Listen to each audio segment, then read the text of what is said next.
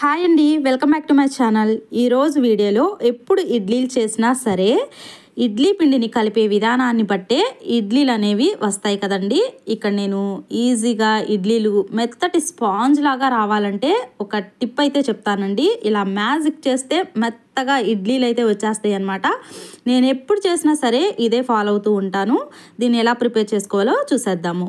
1 cup మినపప్పు, 1 అరకప్పు సగ్గుబియ్యం, 1 టేబుల్ స్పూన్ దాకా బొబ్బర్లను అయితే కంపల్సరీగా అయితే ఇవి 1 టేబుల్ స్పూన్ దాకా అయితే వేసుకోవాలి. ఇవి వేసుకోవటం వల్ల ఇడ్లీ పిండి అనేది చక్కగా బాగా పొంగి చాలా స్మూత్గా వస్తాయి.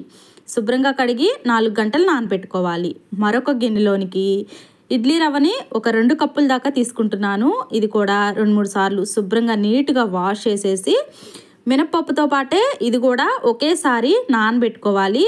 ఇవి 2 కనీసం 4 గంటల దాకా నానాలి. అంతకన్నా ఎక్కువసేపు నానాల్సిన అవసరం ఏమీ లేదు. అంతకన్నా ఎక్కువసేపు నానినట్లయితే మినపప్పులో ఉన్న జిగురంతా పోతుందన్నమాట. ఇక్కడ నేను కరెక్ట్గా ఒక 4 అవర్స్ అయితే నానబెట్టాను. కరెక్ట్గా నేను ఆఫ్టర్నూను నానబెడితే నైట్ కల్లా ఇలా ప్రిపేర్ చేస్తున్నాను అనమాట. ఒక 4 అవర్స్ తర్వాత మీకు ఇక్కడ చూపిస్తున్నాను చూడండి. పప్పు కూడా చక్కగా నానింది. సగ్గుబియ్యం ఒక 10 మినిట్స్ అయితే ఊరకనే మెత్తగా అయిపోతుంది. బట్ మినపప్పు మాత్రం 4 అవర్స్ నానబెట్టుకోవాలి. చూసారు కదా, చక్కగా మెత్తగా నానింది. దీన్ని అయితే ఇప్పుడు ఇలా తీసుకుని ఒక మిక్సీ జార్ తీసుకుని ఇందులోనికి వాటర్ ఏమీ రాకుండా ఈ విధంగా వేసుకోవాలి. ఒకసారి ఇలా వాటర్ వేసుకోకుండా ఇది మొత్తం వేసిన తర్వాత కొద్దిగా వాటర్ని వేసుకుంటూ మెత్తగా గ్రైండ్ చేసుకోవాలి. నేను కరెక్ట్గా ఒక టీ గ్లాసు అన్ని వాటర్ మాత్రం వేసుకున్నాను. ఇలా చూసారు కదా, మెత్తగా మిక్స్ చేసి ఇక్కడ నేను వీడియోలో చూపిస్తున్నాను చూడండి.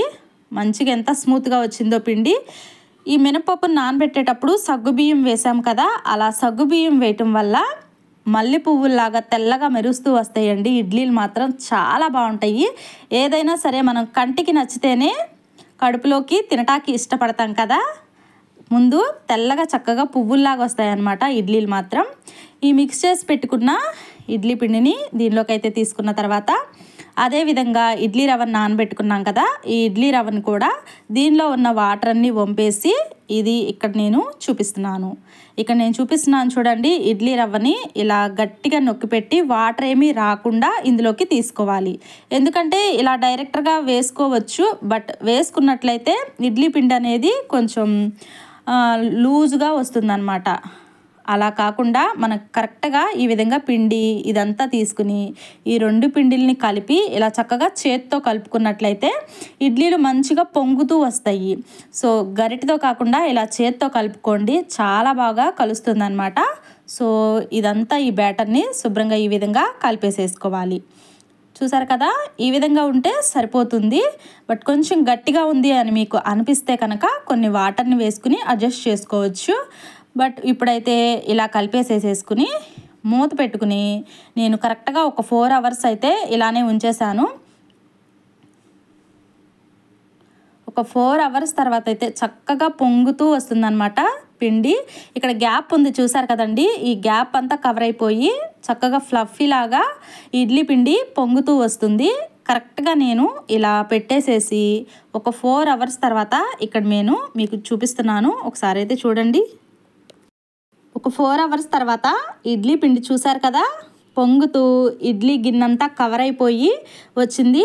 ఇంత చక్కగా పిండి కుదిరింది, చక్కగా ఫ్లఫీ లాగా వచ్చింది అంటే ఇడ్లీలు పర్ఫెక్ట్గా వస్తాయి. ఇడ్లీ పిండి కలిపే విధానాన్ని బట్టే ఇడ్లీలు అనేవి ఉంటాయండి. సో చక్కగా ఈ విధంగా కనుక వచ్చిందంటే ఇడ్లీలు పర్ఫెక్ట్గా చేసేసుకోవచ్చు. ఈ పిండి 4-5 రోజులు ఫ్రిడ్జ్లో పెట్టుకుంటే స్టోర్ కూడా చేసుకోవచ్చు. బట్ చూసారు కదా, గరిటెతో నేను కదిలిచ్చి చూస్తున్నాను, ఇలా పొంగుతూ రావాలన్నమాట. సో ఇప్పుడైతే దీన్ని చక్కగా ఒకసారి ఇదంతా కలిపేసేసుకోండి. ఇలా కలుపుకున్న తర్వాత ఇందులోనికి మీకు ఎంతవరకు కావాలో అంతవరకు పిండిని తీసుకుని మిగిలింది ఫ్రిడ్జ్లో స్టోర్ చేసేసుకుని ఎప్పుడు కావాలంటే అప్పుడు ఇడ్లీలు వేసేసుకుని హ్యాపీగా తినేసేయచ్చు. ఇలా సాల్ట్ కొంచెం దీనిలోకి రుచికి సరిపడా సాల్ట్ని అయితే ఇందులోకి అడ్జస్ట్ చేసేసుకుని ఇది మొత్తం ఒకసారి కలిపేసేసి, మరీ గట్టిగా ఉంది అనుకుంటే పిండి కనుక కొన్ని వాటర్ని ఇందులోకి వేసుకుని ఒకసారి అయితే కలుపుకోండి. నాకైతే పర్ఫెక్ట్గా చక్కగా సరిపోయిందనమాట. మీకు కనుక గట్టిగా ఉంటే కొన్ని వాటర్ని అయితే అడ్జస్ట్ చేసుకోవచ్చు. ఇడ్లీ వేసే మేకర్ని తీసుకుని అందులోనికి ఒక గ్లాస్ వాటర్ తీసుకుని ఇలా వేసుకునే ఇడ్లీ గిన్నెకి కొంచెం ఆయిల్ని అప్లై చేసుకుంటున్నాను. ఇలా ఆయిల్ని అప్లై చేసుకుని దీనిలోకి ఇడ్లీలు వేసుకున్నట్లయితే అతుక్కోకుండా చక్కగా పర్ఫెక్ట్గా ఊడొచ్చేసేస్తాయి. ఇలా తీసుకుని ఇందులోనికి కొద్దిగా ఇడ్లీ పిండిని అయితే కలుపుకున్నది ఇందులోకైతే వేసుకోవాలి.